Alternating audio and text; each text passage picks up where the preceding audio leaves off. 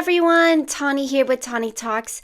I'm a licensed psychotherapist and welcome to today's Tawnie Talks. Let's go ahead into our fishbowl of questions and answer a random question today and see who we can help.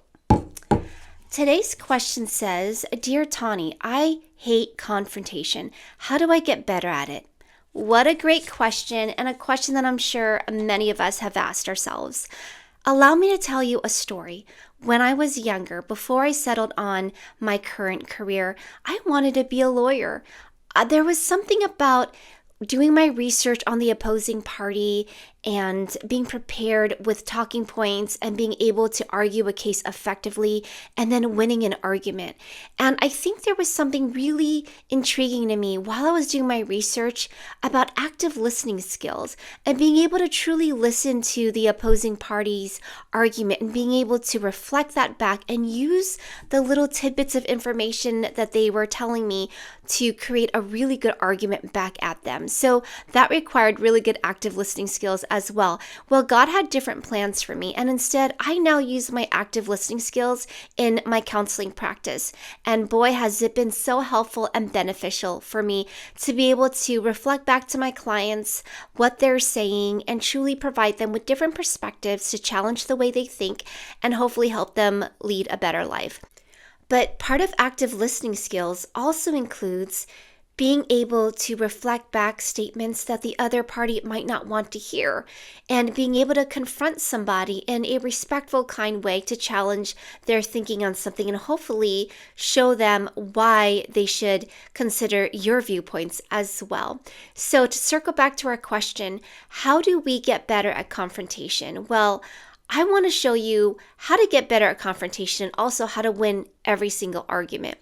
And here's how we do that. Realize that in an argument, there are two sides, and they're going to go ahead and both feel that they each have a good point to argue, and there is some truth and validity to what they need to say. So when you're preparing to confront someone or have a hard discussion, I want you to come with those receipts. I want you to do your research on the opposing party, gather your evidence, prepare your talking points, and realize that going into this conversation, feelings are not facts. And that's so important for me to reiterate that. I'm going to say it again. Feelings are not facts. Feelings can change. Facts do not change. And so really, really focus on the facts of what you're saying versus somebody's feelings and your feelings. Leave your feelings out of it, and hopefully the opposing party can too. Also, when you're going to confront someone and have a hard discussion with someone, I really want you to practice your reflective, active listening skills. So when they say something, really take the time to process what they're saying and even read their body language. We communicate so much with our body language, and process what they're not saying.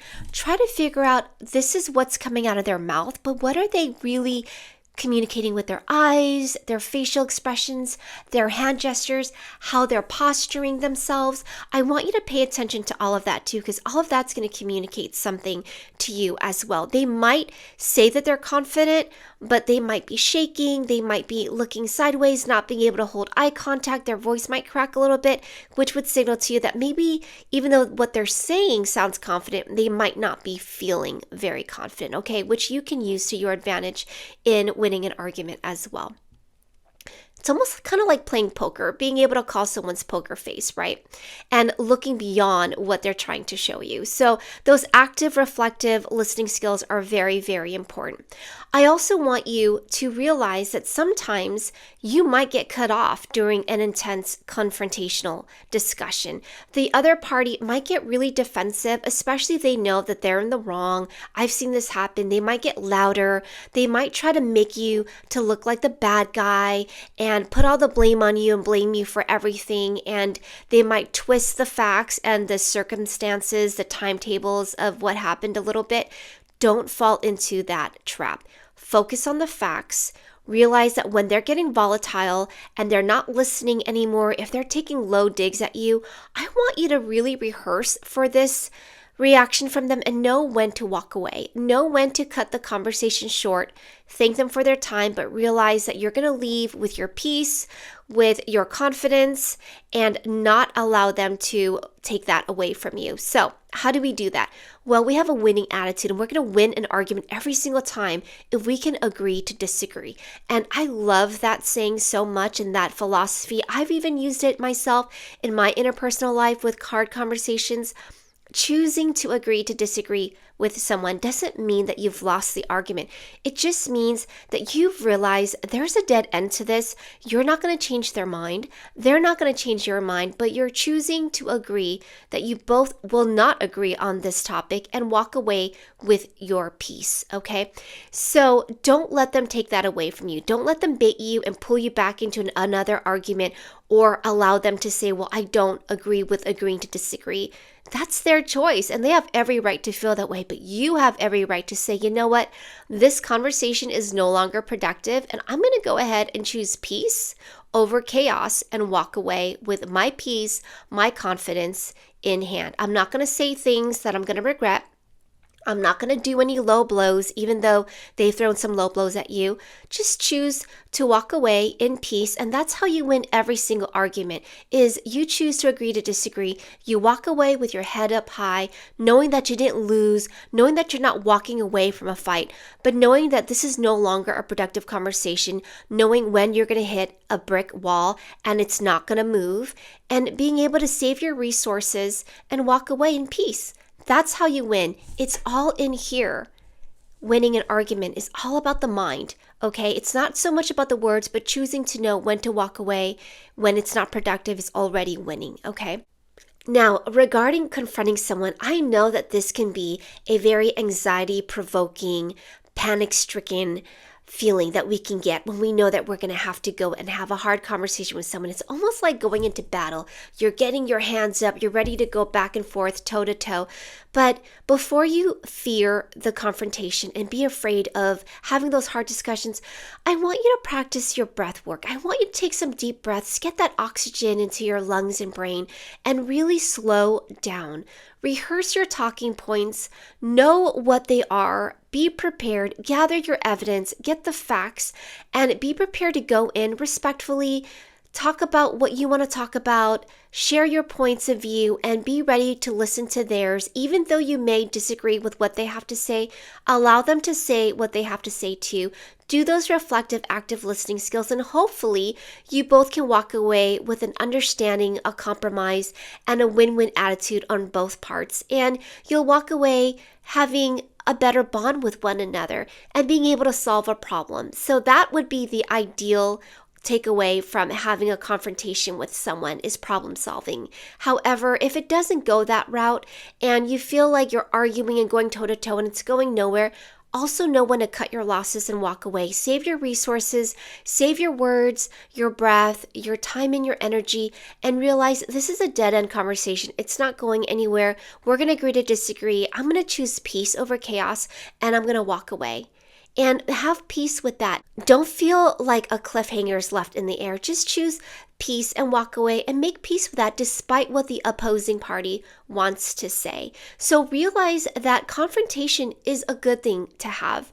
One action has another reaction, and there needs to be some friction there so that things can change, so that something moves. And so confrontation is important in our lives to have, and I don't want you to feel afraid of it. I want you to approach it with a sense of feeling calm about it, feeling prepared, and feeling like, you know what, at the end of this conversation, I'm going to left changed. I will have at least known that I've tried to prove my point and to have a compromise and to reach an understanding. And if the other party refuses to do so, it's okay. At least I tried it. I'm going to feel really good about myself that I didn't back down. I didn't feel like I had to stuff my feelings and have bitterness and resentment because I didn't speak up for how I felt and what I thought. I'm saving myself all of that suffering by choosing to be brave and having a conversation with this person. person. And so even if the outcome is you both agree to disagree, at least you would have felt better that you tried to have a really hard conversation, and I'm proud of you for that. It's so much better than looking back years later and having that regret. Well, I wish I would have said something. I really wish I would have brought this up and not let it go unchecked. Nobody wants to have that regret years later, knowing that you could have made a difference and you could have at least spoken up for yourself. Even if you felt like it wasn't going to go anywhere, you would feel better about speaking your truth and feeling that you stood up for yourself. Okay, so in summary, how do we get better at confrontation? Well, you start practicing having really good ones. You can even practice with a loved one. You can choose a random topic, someone that you feel safe with, that you feel close with, and pick a dissenting argument against what they believe and start talking back and forth about that and see who can prove their point to one another. Speech and debate clubs, I think, are wonderful. Toastmaster clubs, I think, are wonderful. So choose someone you feel safe and comfortable with and go ahead and have a verbal toe-to-toe with them and try to see if you can prove your point or they can prove their point. And that would be good practice for you. And also feeling comfortable with agreeing to disagreeing and not feeling like you had to prove your point and you had to win your point, because you can't force anybody to listen to you, or nor can you force them to agree with your point of view. But just trying in a respectful, productive way is good enough, and I'm proud of you for trying. I would much rather you try and overcome your fear of confrontation than not having confrontation at all and stuffing all of your feelings and thoughts away somewhere, because that can lead to bitterness, resentment, and regret down the road. And I don't want you to have to feel those feelings. Also, something important to note is that if someone goes low and really tries to insult you and just goes for the jugular, know that you don't have to respond. If someone insults you and it hurts you and they're trying to be mean, you don't have to respond in that moment. You can just be silent and choose your peace and realize that this is no longer a productive conversation and walk away from this conversation. Doesn't mean that you've lost. It just means that you were able to maintain your self-control, which takes a lot of strength and maturity, and you're not going to lash back and respond back with hurtful statements that you might regret down the line. But instead, you're going to realize that this conversation is no longer productive and you're going to excuse yourself and walk away. And hopefully, if you care to, some time has passed and you've both been able to process that, maybe you can come back and try to have a more rational, peaceful conversation. But if someone really tries to go for the low blows and tries to hurt you, know when to call the conversation short. Choose your peace over chaos and walk away. You don't have to win every argument, but you can choose to have peace after every single confrontation or argument, and that is a winning attitude to have. If you found this video helpful, please use the finger motion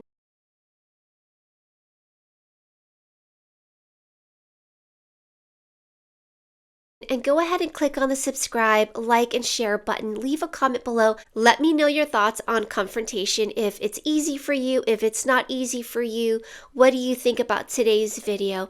And if no one's told you yet today, I hope you know how wonderful, how special, how unique you are, that there's no one out there in the whole wide universe like you, and your voice matters. And so please, when you feel afraid of having a confrontation with someone or having a hard discussion with someone, know that your voice is important.